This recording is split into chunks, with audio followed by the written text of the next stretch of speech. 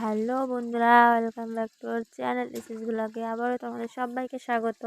আশা করি তোমরা সবাই খুব খুব খুব ভালো আছো, আর আমিও ভালো আছি।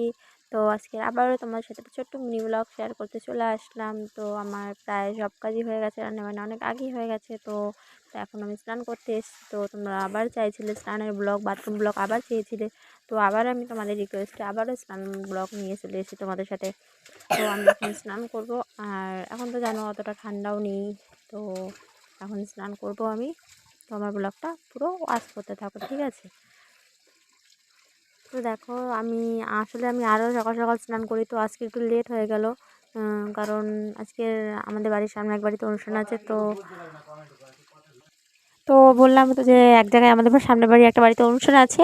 তো সেই অনুষ্ঠানের জন্য আমি আসলে একটা সাইডে মানে জামা কাপড় সব ছড়ানো ছিটানো ছিল। আমি ভিডিও করি বলে আমার জানো না, আমার পুরো ঘরটা যেন এলোমেলো হয়ে থাকে। তো সেগুলো গোছাতে গোছাতে আমার লেট হয়ে গেছে। ওগুলো মনে হচ্ছে আমি একদিন পর পরই গোছাই। আর আমার গলাটা দেখো, আমার গলাটা পুরো ভেঙে গেছে, ঠান্ডা লেগেছে। তো ঠান্ডা লাগার কারণে আমার গলাটা ভেঙে গেছে। আগের ব্লগে আমার অনেক ফ্রেন্ডরাই বলছিল যে আমার কথা নাকি ঠিকঠাক বোঝা যাচ্ছিল না। তো আসলে আমার ঠান্ডা লেগেছে বলে আমি কথা মানে এতটাই আস্তে বলে ফেলছি, আর গলাটাও ভাঙা ভাঙা, তাই ঠিক করে ক্লিয়ার আসছে না কথা। তো এখন স্নান করব, বেশি স্নান করব না যেহেতু ঠান্ডা লেগে গেছে। কিন্তু আমি না মানে একটুখানি স্নান করলেও ভালো লাগে না, অল্প স্নান করতে পারি না বেশি, অল্প একটুখানি জল দিয়ে।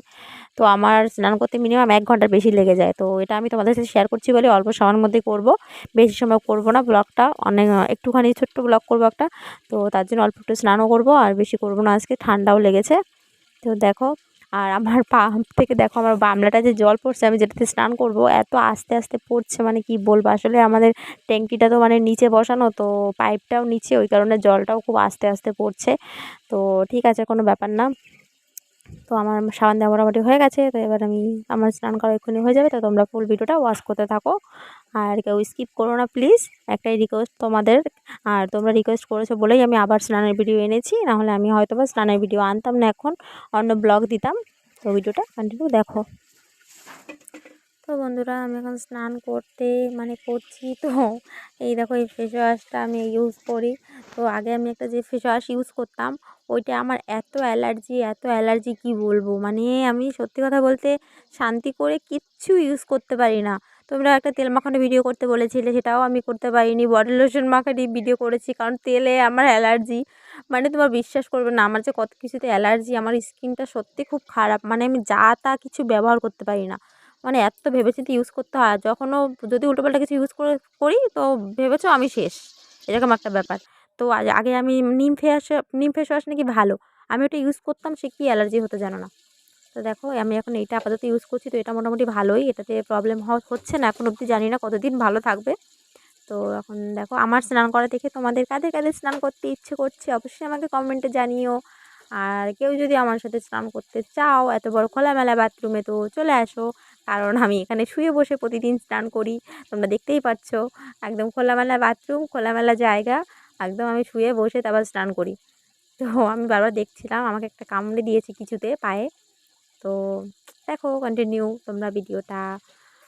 আর যারা যারা স্নান করতে চাও আমার সাথে চলে আসো। আর আমি পিঠে হাত পাচ্ছি না, সাবান দিতে পারছি না, তো আমার পিঠটা একটু বেশি ডলে দিয়ে যাও সাবান দিয়ে, তাহলে আর একটু ভালো হয়।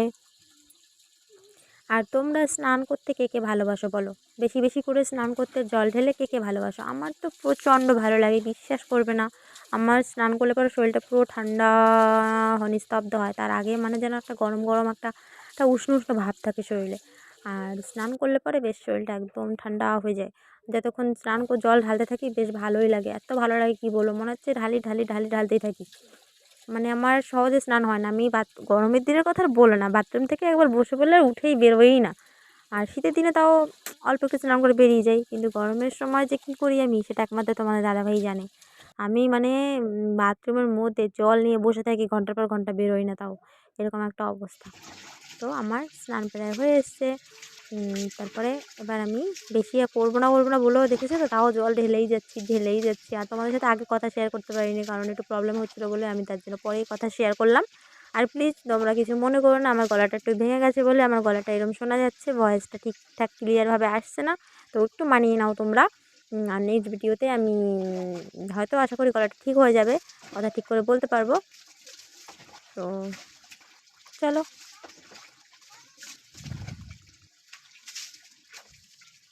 তো বুঝতেই পারছো যে আমি কত জল ঢালতে পারি আর কত স্নান করতে পারি। আর আমার একটুখানি এইভাবে স্নান করে পোষাচ্ছে না, একটু একটু জল দিয়ে, মানে কি বলবো। আর আমার আসলে আমি স্নান করার আমার আসার আগে ট্যাঙ্কিটা মানে জল পাম্প চালানো হয়নি, পাম্পটা চালাইনি বলে জলটা খুব আস্তে আস্তে পড়ছে, তাড়াতাড়ি ভরছেও না। আমি বুঝতে পারিনি, তাহলে আমি আরেকবার চালিয়ে তারপর স্নান করতে আসতাম। তো যাই হোক, দেখো আসলে গলা ভেঙে গেছে বলে কথাও মনে হচ্ছে গলা থেকে আটকে যাচ্ছে, একটা কথা বলতে যাচ্ছি আর উল্টোপাল্টা হয়ে যাচ্ছে। হ্যাঁ, বলতে যাচ্ছি একটা, হয়ে যাচ্ছে আর একটা।